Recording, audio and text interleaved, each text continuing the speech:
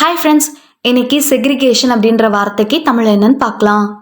Segregation segregation இந்த வார்த்தைக்கு தமிழ் என்ன சொல்லுவாங்கன்னா பிரிவினை, தனித்திருத்தல், வேறுபடுத்தல். பிரிவினை அப்படின்றத செக்ரிகேஷன்னு சொல்லுவாங்க. இன்னும் நல்லா புரிஞ்சுக்கிறதுக்காக 2 எக்ஸாம்பிள் சொல்கிறேன். First example, racial segregation was abolished decades ago.